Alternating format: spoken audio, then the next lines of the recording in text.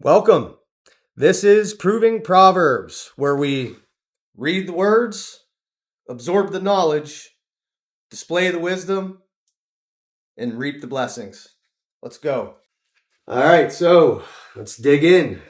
Chapter 2. Now, this is a short chapter, but still very rich and powerful nonetheless. Lots of goodies in here, so let's get into it. Wisdom, a safeguard against bad company.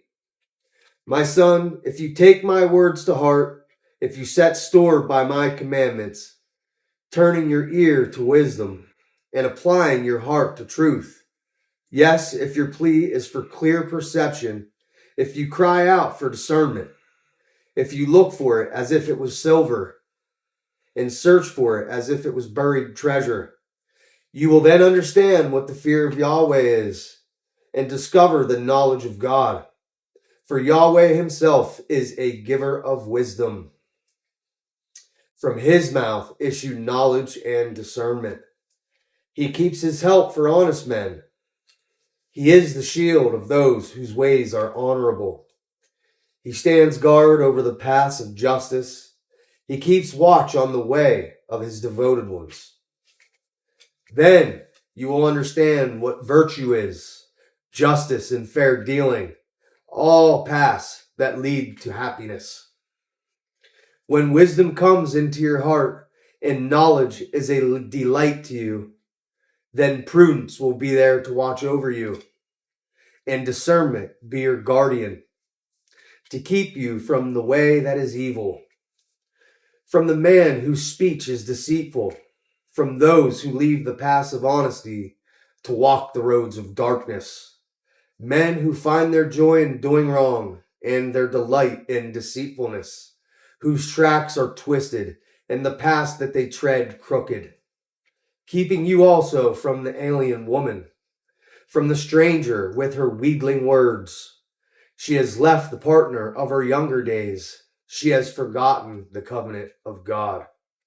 Toward death her house is declining. Down to the shades her paths go. Of those who go to her, none returns. They never regain the paths of life. So you will pursue the way of a good man, persisting in the paths of a virtuous. For the land will be for the honest men to live in. The innocent will have it for their home, while the wicked will be cut off from the land, and the faithless rooted out of it. Like I said, short chapter, but powerful, powerful, powerful words nonetheless. Man, so much there. And, some very serious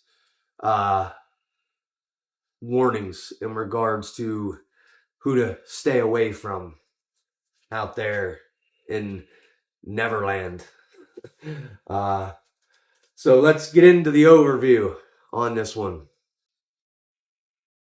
So chapter 2 is about the urgent and diligent pursuit of wisdom, teaching that actively seeking it like hidden treasure by treasuring God's words and crying out for understanding leads to finding God's knowledge, fearing him, and gaining protection from evil, the wicked, and the adulterous, ultimately guiding the righteous to live justly and remain in the land. Some of the key points: the call to seek. A father urges his son to passionately seek wisdom, understanding, and insight as eagerly as one would search for silver or hidden treasures. God as the source. God is the ultimate source of wisdom, knowledge, and understanding, giving them to those who delight in him and store up sound wisdom for the upright. Some of the benefits of the wisdom: knowledge of God. Seeking wisdom leads to understanding the fear of Yahweh and finding true knowledge of God. There's protection in it. Wisdom acts as a shield, guiding guarding pass, delivering from evil men with perverted speech, and saving from the seductive, destructive, forbidden women. Guidance. Wisdom guides one in righteousness, justice, and equity, showing the way to walk. And there is an obvious contrast of fates here. The chapter concludes by contrasting the future of the wise, those that are upright and remaining, with the wicked, those that are cut off and rooted out. And when we look out into the world today, you just see it running rampant out there. And I feel like if you're like me, your spirit just, man, it's just so conflicted with everything that you see going on. And you understand that the direction that that's headed is towards destruction. And in order to remain grounded and to try to find and remain in peace, we can only do that by looking to the words of these books. And especially when it comes to true knowledge and true wisdom, that's what's found here in the texts of Proverbs. Ancient wisdom that still proves true through all of the test of time. And, many of these words, as I read them,